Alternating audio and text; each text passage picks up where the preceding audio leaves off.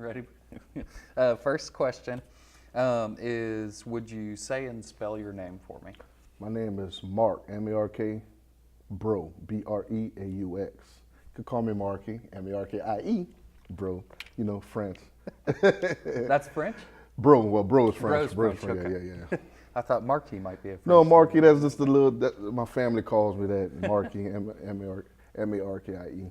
Do you speak French?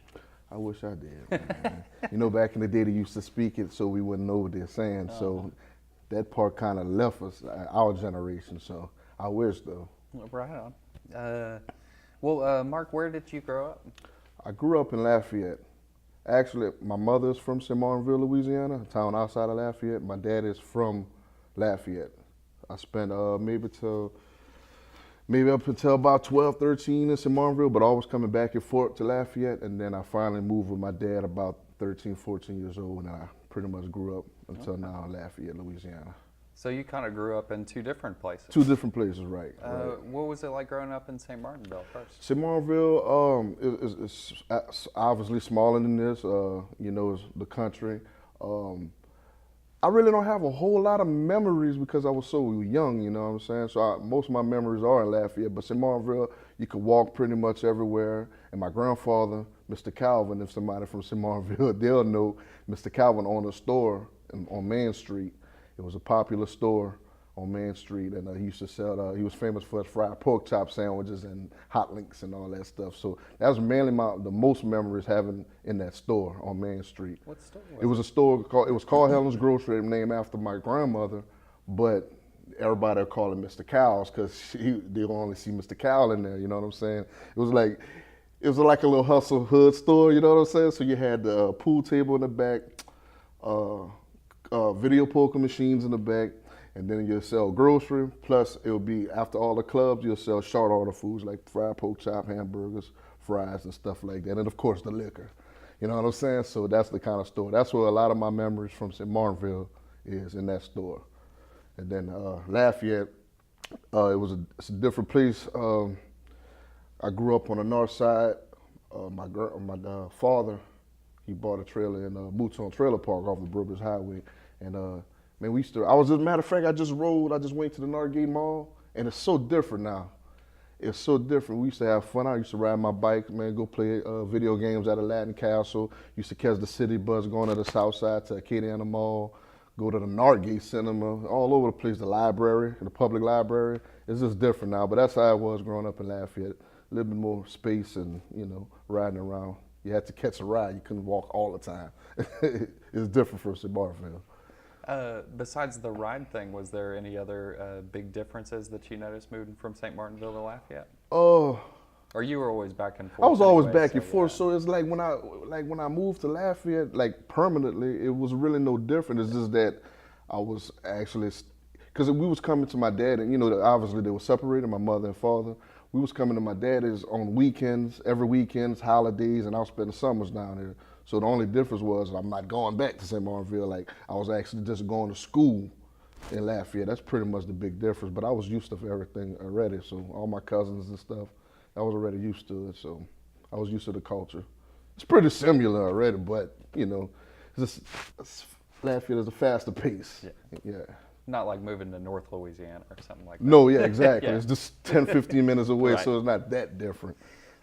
Just before we move on from St. Martinville, you ever eat at Richie's in St. Martinville? Richie's. It's like a hamburger shop on Main Street too. No, that might have been after my time. Fair enough. It was real good, and it looked like it was old. But Well, I don't know. Maybe they changed the name or something. maybe so. Yeah, we lived out there for a little while. I just moved back to Lafayette myself. Okay. What do you do? What's your profession? Okay, my job that pays the bills, I'm a salt miner. Is located in Cote Blanche, Louisiana. It's about an hour away. I work underground. They sell salt, obviously, and I'm a scaler. You know, I knock down scales for people to do the whole process. But my job is to knock it down to keep it safe, so the next person could come in and you know, cut it, and they have to blow it up and then haul it up and do the whole process. You want to know my hobbies too, or With a hobby, like I was saying earlier, my show, I have a show on YouTube called A Rapping and Sipping Show. That's where I interview, like you're doing me, I interview local artists. It don't have to be, it's mainly rappers come, but it's not about just rappers. I name it Rapping and Sipping. Matter of fact, I have a card, you know, you can see it, you know, that's the logo, you know, like that. I might leave a few cards over. Yeah, but anyway, when I say rapping and sipping, it's like a little slang. You know, we rapping, like right now we rapping, we talking. And usually I'll be, you know, sipping whatever you want to sip.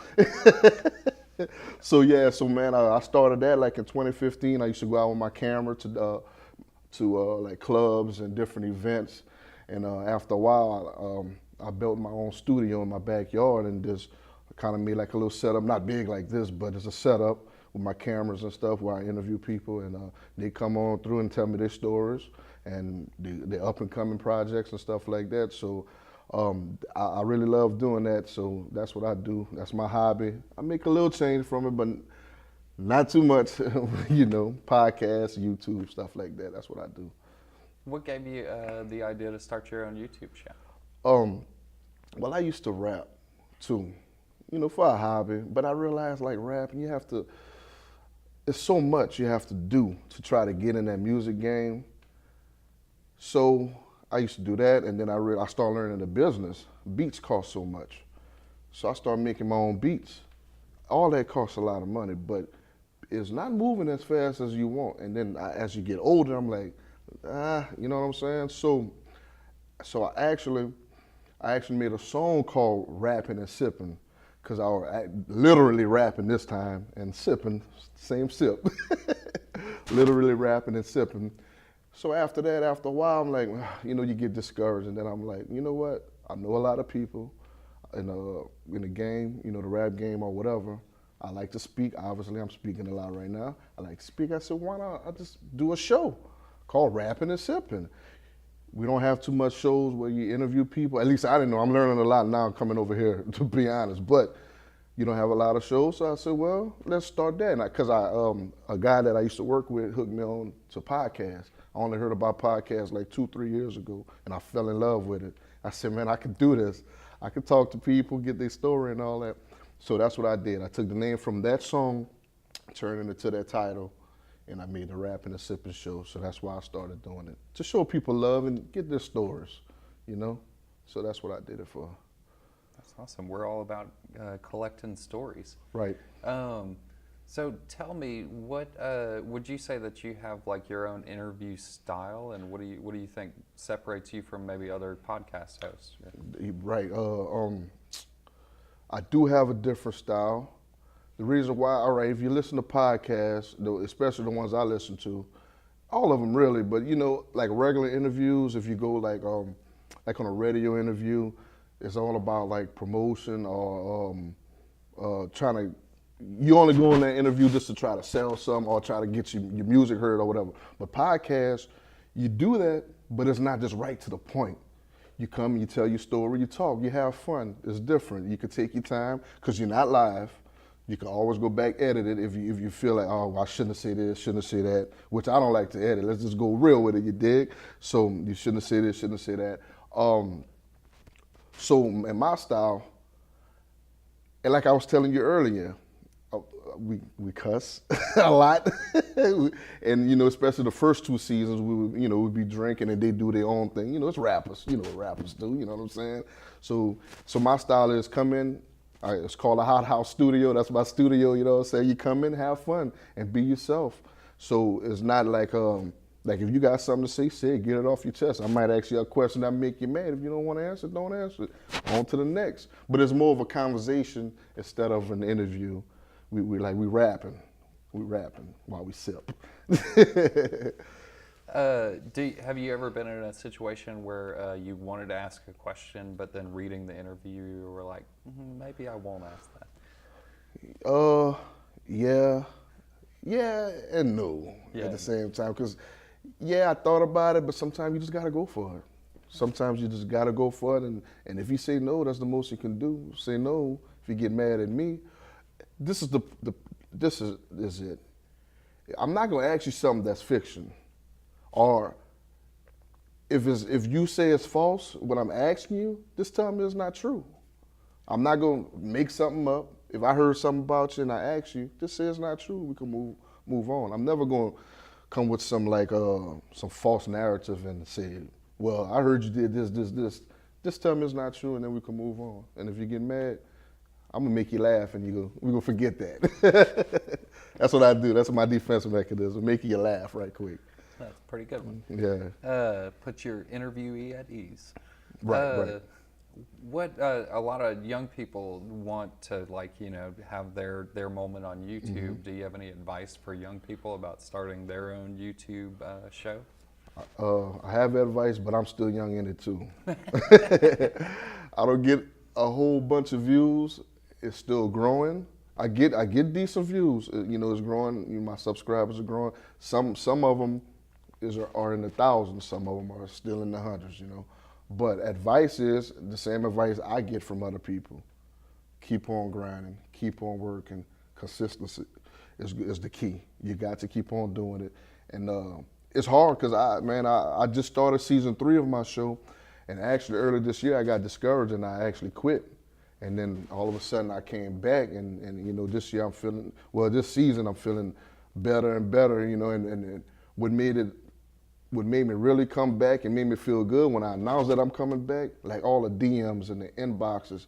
And I went to the celebrity basketball game with Push Smoke, a local rapper, and he had all the locals over there. And when I told him that I'm coming back, the love they showed me. They may not show the love on Facebook and Instagram, but they really show love when it matters. So that's what you have to do. Keep on pushing. It may feel like nobody looking, nobody listening, but if you only got that one person to keep on listening, just keep on, it's gonna start growing. And it only takes one person, one shot, one hit.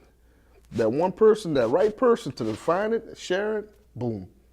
So you got to keep on pushing. That's my advice to them, and I'm living on my advice right now. So that's it. Did you change your approach at all when you came back? Did you? Yeah, like I did. Like I said earlier, I slowed down with the curse words a lot. Well, more. We still be us. And usually I used to do it late at night, so we turned up and stuff. And, a lot of liquor drinking. I slowed down on the liquor drinking, you know what I'm saying? Because I realized, okay, we drinking for the show, right? But the show lasts about an hour or something. Now y'all going home and now I'm drunk. So I got tired of drinking, so I slowed down on all that, man. I drink mainly water and stuff. I'm overweight, so I'm trying to get my health up. So that's as far as that. But as far as the main approach, I try to get more professional. I try to study the artist or whoever's coming over there. I try to study. I even go, if they have other interviews, I try to go listen to theirs and then feed off of that. I try to ask more professional questions instead of just, what's that, my brother, you know what I'm saying? So, yeah, I try to do that a little better. I still got a lot of work to do, but I'm getting better. Cool. One more time, what's that YouTube channel? It's under Buku Noise Network. That's my network because I'm trying to have other talents that want to join my network and put their podcasts and YouTubes under there. But it's Buku Noise Network, but you could type in Rapping and Sipping Show, RAPPIN, the letter N, Sipping, SIPPIN Show, and it'll pop up. Or my stage name or whatever is Hellboy Cool, HELLBOY, Cool with a K, KOOL. You type in any one of those and it'll pop up. I have worked from about 6 years ago when I was dating back to rapping and making little videos and stuff, some old stuff. So a lot of all that'll pop up. Very cool. So you've been creative all your life? When you were a kid, is that when you started performing? No, I did not know. I did not. I always was like a joker, like to, I didn't live the best life, I don't want to get super personal, but I was abused, not the worst, but I was abused, grown. We almost went to foster homes and all that stuff like that. But going to school, I would always, instead of worry about my pain, I would try to make other people laugh. Like if I could be having a bad day, but if somebody else I see having a bad day, I'll go make them laugh. Don't worry about my pain. That's just the type of person I am. So I always was a joker. I was an athlete. I used to play football for Northside, but I never knew I had this gift to do it. You know what I'm saying? I guess I did. I mean, because in class you put the spotlight on me. I'm gonna take off with it. But I didn't know they had that platform, and I never knew that I could do that. So really around '09, I mean, back in the day in the hood, we used to just like rap over other beats and just having fun. But like '09, I started trying to rap and, you know, make my own beats and stuff like that. That wasn't going nowhere. And then I just said, well, I like to talk. Start the show. You know what I'm saying? So no, I never really knew I had that talent, but I kind of found it, and I'm working on it, trying to get better. I love that. That's great. Never too late. Never too late. That's You're right. Did you have any mentors growing up when you were going through? No. Yeah. See, that's the problem. Yeah. That's the problem. I never really had any mentors. See, growing up, I didn't know that I could have be something. I didn't know. It was always like, I lived with my mama young. That was the one that's in Marville. Then I moved with her mother, because we got abused with my mother. Then we got some more abuse with my grandmother. And then that's when I moved with my daddy. That wasn't all that either. But it was like never anything to say, you could be this, you could be that. It wasn't none of that. You know, it's just go out, go to school. The only time they would acknowledge you is if you messed up in school. Like get an F or get suspended. I got suspended a good bit of times, a lot of talking in class, fighting and stuff like that. That's the only time they'll acknowledge you. But I come home with an A or B or something, gets nothing, you know? So not really mentors. I mean, I just, you know, just kind of look up to, I guess people that, I mean, as far as mentors becoming a man, like my grandfather who owned the store, I would look at him. I had my Uncle Randy, he lives in Carriacou now. He's successful with a lot of rent houses and stuff. And looking at my daddy, you know, he's not as successful, you know, but he's still my father. So as far as that, the men in my life, now those men helped me to understand I don't have to run the streets. You understand? Because like a lot of people my age fell to the streets because they didn't have no father figure at all. So those men, it's not that they wasn't my mentor, they was my mentor, but just looking at them made me realize, hey, at least I have a father, at least I have an uncle, a grandfather, you know, that's doing something more positive than just hanging around. Because I could have easily go left, you know, because I didn't always go right, you know what I'm saying? Kind of stayed in the middle. So yeah, as far as that, I use them as my mentor. That's awesome. Now, as someone who's now pursuing your dream after going through what would you describe as like not knowing that you had that in you, or not, you know, being told that you had that in you, do you have any advice for younger people who might be going through a similar situation? Oh, just keep on, the same thing, keep on pushing, and don't let anybody stop you from doing what you want to do. It may sound crazy to them right now, but don't let that stop you. And if your daddy or uncle, you don't have no real mentors, right now it's 2017. You can go on YouTube, find your mentor. You know, if you feel that's what you can do, go ahead on. You can find your mentor and be like, well, look, I don't want to be like him. I don't want to be like my daddy or whatever. He messing up and all that. Let's go somewhere else. You can find your, even a friend could be a mentor, you know what I'm saying? So that's my advice for them. Like as far as my kids, I have a son and a daughter. Man, I tell them they could do whatever. You could do it, but I still have to be real with it, you know? Because look, if you're not too good at something, let's try something else. Because look, daddy can't sing. And I'm not gonna, my daughter can, she thinks she can sing, but she gonna be mad at me if she hear this one. But you know, but I keep it real with her, but she's great at something else. Dancing, she's good at that. Basketball, she's good at that. Singing might not be your lane. That's why I feel. I like to keep it real. You know what I'm saying? She gonna kill me for this one. I'm gonna skip over that part. No, but keep it in there though. All right, I'm going to ask you a few questions about your involvement with AOC. So tell me how you first came to AOC. AOC, okay. I've been heard about it. I didn't know I could have been a part of it. But what's his name? The guy who have P. James Murray. P. James, yeah. I linked up with him. I actually came and did an interview with him. And Othello, he was in the front, and I did an interview with P. James, and then a couple of months later, I saw the advertisement and stuff. I said, well, I heard about I could have put my show on here. I could have come do shows over here. So I decided to join. I joined AOC about 2 months ago. Just never had the chance to really come put something together, but yeah, I joined about 2 months ago. But that's how I heard about it. P. James put me on his show, Real Talk TV, and then I talked to Othello and got all the paperwork and stuff. Nice.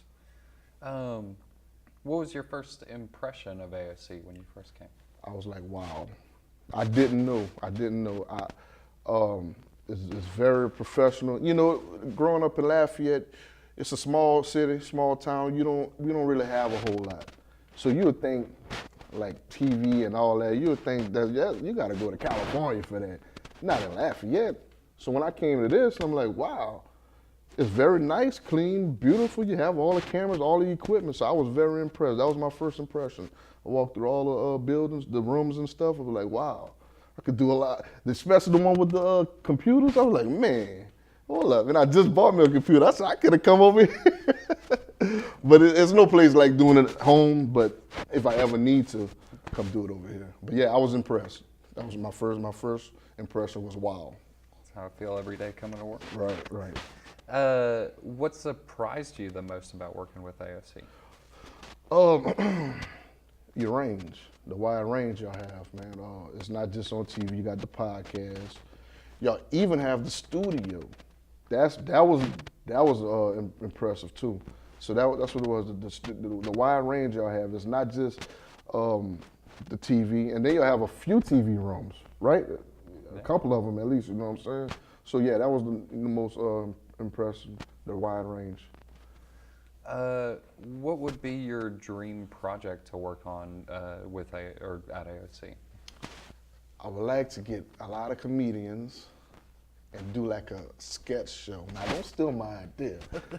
If you do steal it, just put me down. It's all good. Nah, but a sketch show, like a Saturday Night Live type, or maybe Living Color back in the day, Mad TV type stuff. Write some sketches and do that. That would be great. I think people would love it. If y'all do that, man, just holler at me, involve me, man. I could do some writing. You know what I'm saying? All right, we're getting close to the end here, so I'm gonna ask you some silly or job interview style questions. Oh, cool. Some silly job interview style. I'm silly. Let's see. Let me pick one.